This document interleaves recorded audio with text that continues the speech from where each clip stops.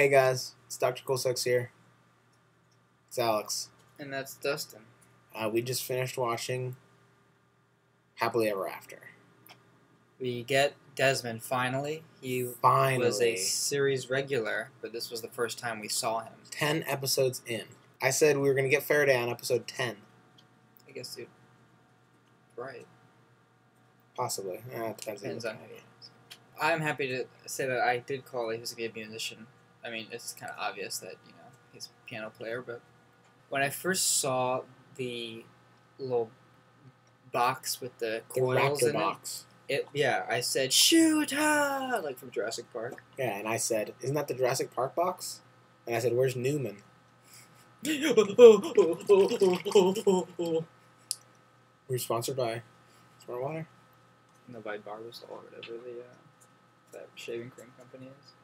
Remember he puts the vials in the shaving cream thing? Yeah. I'm sorry to cast him right here, but I don't buy the Frank guy, whatever the name of the actor is. That's like the nerdy guy. That's the henchman. I don't buy Seamus at all. He's such. I don't believe him as a character. The actor, I think, is terrible. I thought it was funny that you think he looks like a combination of Ricky Gervais and Carl Pilkington. He does. He looks like a combination of the two.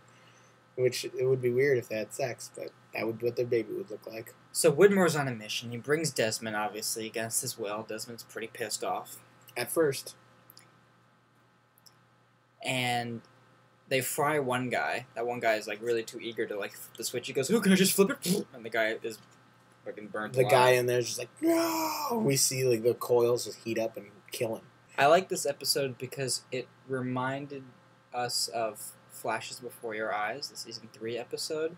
And Eloise still says, don't try to do anything different. She's still on that, whatever world she's in, she's still telling Desmond, don't change it. She's very conservative as far as the time-space continuum.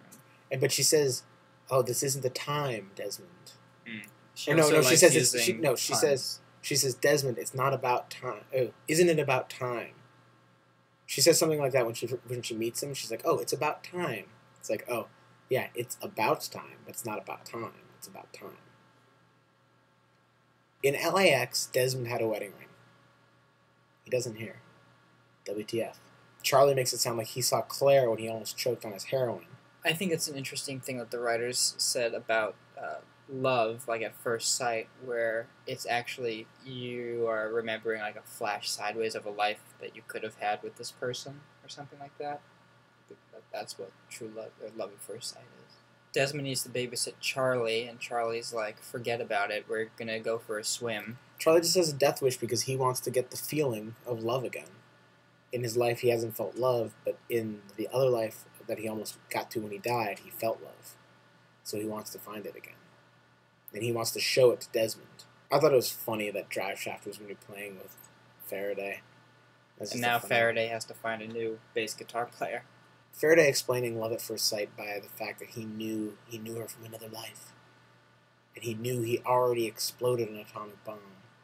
I'm not sure how he knew all that in this world. He was just assuming, I think. So, sometimes I wake up in the middle of the night, I wake up in the morning and I've written tons of crazy equations. You have? Yeah, but it's always just gibberish. It's weird because sometimes I wake up in the middle of the night and I just write scores of music. Wow.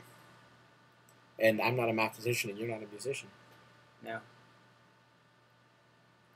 Sometimes I wake up in the middle of the night and I've written a full movie script. But then I start reading it and I'm like, Ace Ventura 2, When Nature Calls, and I realize I just rewrote Ace Ventura 2. Yeah, I've seen you sleepwalk to a computer and you've looked at the actual script and you're I'm transcribing it? You just start transcribing it. Oh, that's what I do? I thought I was more creative than that.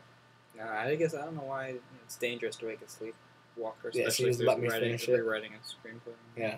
When they were underwater and Charlie sticks his hand against the glass and it flashes, were you like, what? What? I wasn't like, what? I was like, oh, okay, that's interesting. You were like, what? I was like, what? Because he's remembering something from the other. Yeah. Oh. That's what I thought. I figured that whole setup was going to be for. That's what I thought. Charlie was trying to get him to do, and it worked. And if it hadn't worked, it would have been a stupid show. We get the sense that on Island World, he's completely cognizant of the other world now. It almost seems like that in his actions now that he's on the island. He's like, yes, I'll do whatever you need me to do because I'm the key, sure. It went from not wanting to help to completely wanting to help. Question of the week. Why do you think Desmond went with Saeed? And why didn't Saeed kill Tina Fey?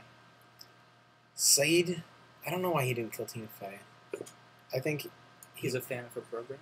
Yeah, I would make that joke, but I heard another podcast started to make that joke. So I wasn't going to make it. I think Saeed needed somebody to go back and tell Widmore that someone was coming. And the two other guys, they weren't going to have one of the red shirts do it. They were going to have a character that was already established do it. It's just a writing technique. It's not. There's no other reason than that. Because we've seen Saeed kill women before. In The Economist, he killed that girl that he loved. Maybe he didn't kill her because he didn't love her. He only kills women he loves. I don't think Desmond is going with Saeed without a reason. He knows something. I've heard that perhaps they will want to trade Desmond for Jin. Penny and Desmond's love, is it going to get rekindled in The Flash Sideways? When they have coffee and tea? Looks like it.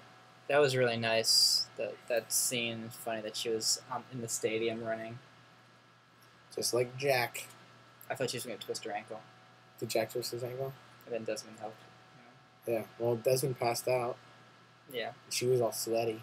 That last shot of Desmond when he's like, I'm going to show them something. And he's like... That was crazy. What's he going to do with the... He's going to get the manuscript. He's going to show Charlie who Claire is. He's going to get Jack and Locke. He's going to pretty much bring everybody and have an 8/15 reunion. You think he'll buy, like, baseball tickets and bring them all to a Dodgers game or something? If Miles has a way, he'll do a Lakers game. Oh. What about George Minkowski? I think it's funny that he's the communications guy, and he's like, if you need anybody, I can hook you up. How's he going to get the flight manifest? He's got connections. Minkowski is going to take an Oceanic flight person who works for Oceanic to a carnival. Cindy, yeah. He's going to take Cindy to a carnival, and they're going to be on a Ferris wheel. And that way, it'll justify the Flash. I think it's funny that in the Constant, Minkowski dies, and it's like, uh-oh, Desmond's in trouble, he might die. And then in this episode, it was like, uh-oh, random guy got burned alive, Desmond might get burned alive, so he's like, something might happen bad to Desmond, but he's going to do it, you know? Yeah, Desmond's the key. Next week's episode is called Everyone Loves Hugo, a play off a Season 2 episode called Everyone Hates Hugo. And he's a really nice guy. He helped Locke when Locke was like trying to fucking break his Hummer. He's really lucky in the thing. He claims he's the luckiest man in the world. Harley's lucky. I think he's going to have a great family. He's going to have a good relationship with his parents. His grandpa's going to be alive. His grandpa will be alive. He's going to have a skinny friend there from the new guy. Yeah. They'll be good friends. He's going to be dating that girl Carla. He's going to be dating Carla. Starla. I don't know. My theory is that Desmond will get all the 8/15ers into one place and put them in a life-threatening situation so then they all see each other and they're all like, what the fuck happened? And that will force them to deal with it and either make a decision of some kind. And what do you think of that theory? You think everyone will see each other? You hate some theories. Some, a lot of theories I like. I can't like all of them. No, I'm just saying you never like my theories. Just a crazy episode. It was crazy good. It was no constant, but it was good. It was constantly good, though, while watching it. So we look forward to seeing you guys next week. If you're bored, you can watch the Breaking Bad recaps here. It's a great show. Highly recommend it. Or you can watch our other Dr. Cool Sex videos here. Or you can click here for a special mystery video. What's that going to? I'll have to click it to find out.